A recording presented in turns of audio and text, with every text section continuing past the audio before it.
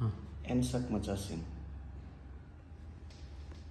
ये एक national museum है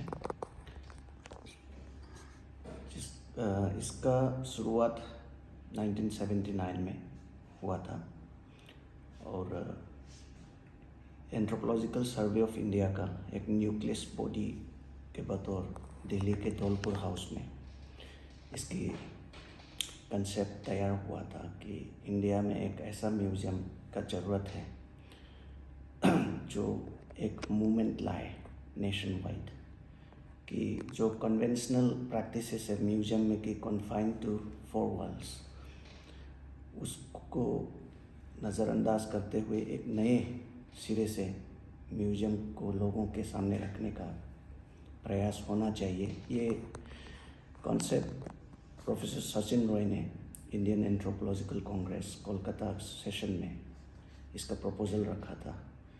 तो इस प्रपोज़ल को उस समय के प्राइम मिनिस्टर श्रीमती इंदिरा गांधी ने एक्सेप्ट किया और इस म्यूज़ियम को इस्टेब्लिश करने के लिए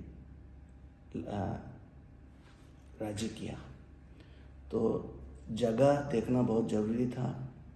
पहले ये दिल्ली में ही सेटअप होना था, तो बाद में देखा गया कि भोपाल में ये सामला हिल्स पहाड़ में स्टेट गवर्नमेंट इसका जगह दिया।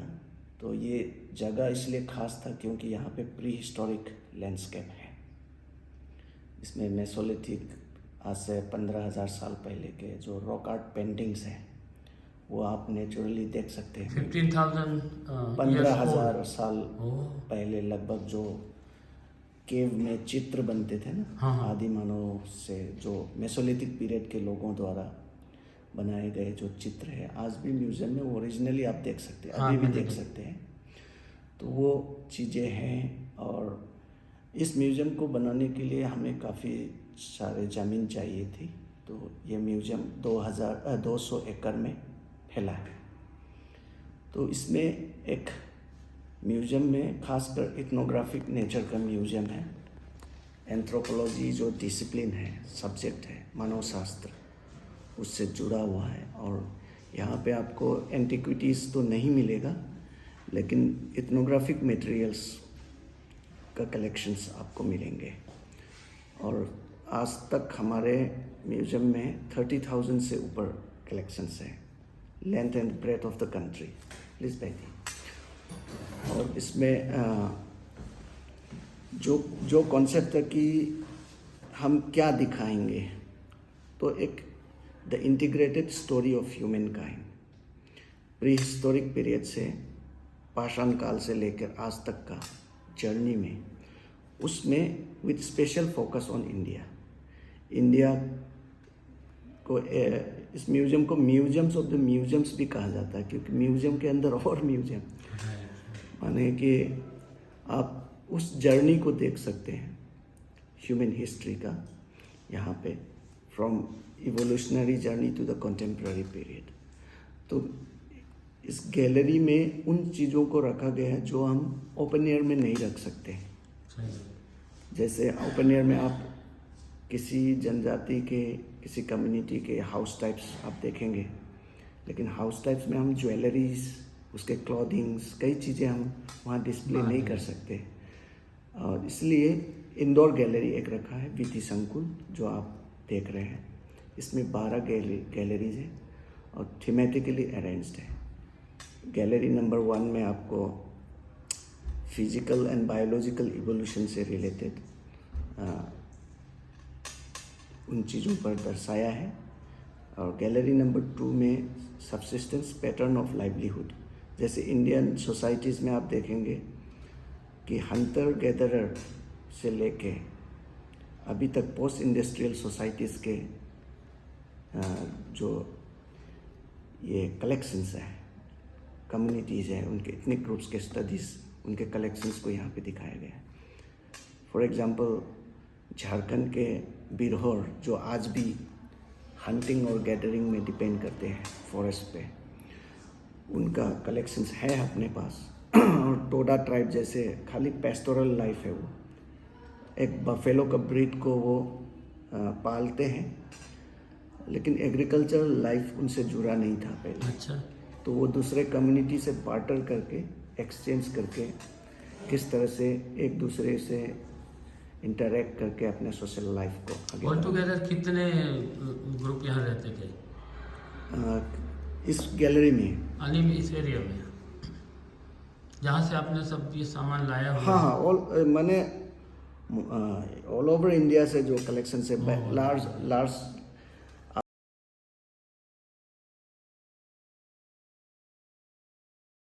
हाँ, तो नमस्ते, आदाब, सत श्री अकाल। जो भी मेरे फ्रेंड्स हैं, यूट्यूब के फैमिली मेम्बर्स हैं, मेरे घर के जो परिवार के सदस्य जो मेरे वीडियो देखते हैं, और मेरे सारे जो भी मित्र हैं, उनको नमस्कार भोपाल से।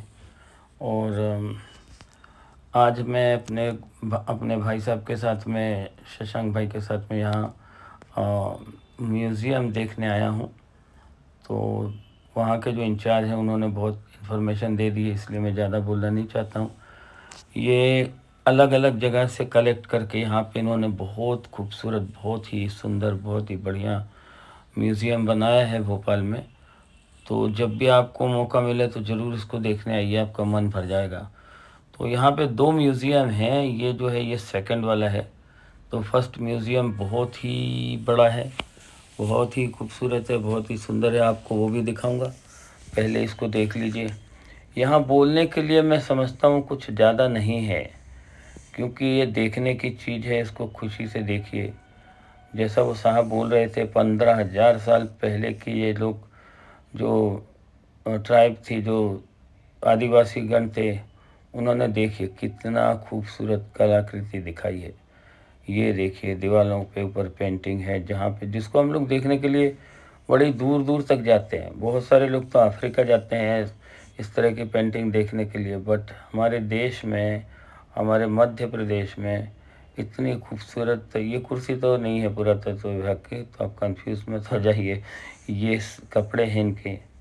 और यहाँ पे देखिए इन लोग कैसे खेती करते थे, तो जो उनका हल वगैरह है वो दिखाया हुआ है।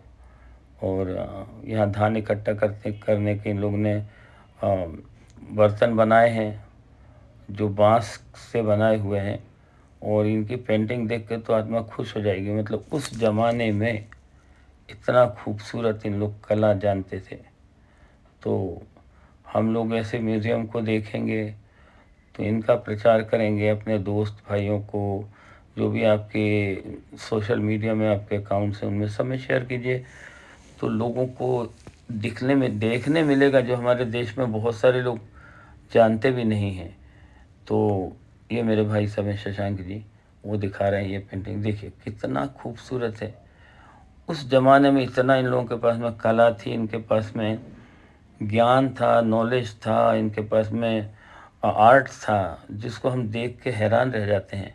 ये देखिए, जो भी वो लोग जानते थे, जो भी वो लोग देखते थे, जो भी वो लोग सोचते थे, उसको सबको इन लोगों ने दीवारों के ऊपर उतार दिया है, पत्थरों में पेंटिंग की है।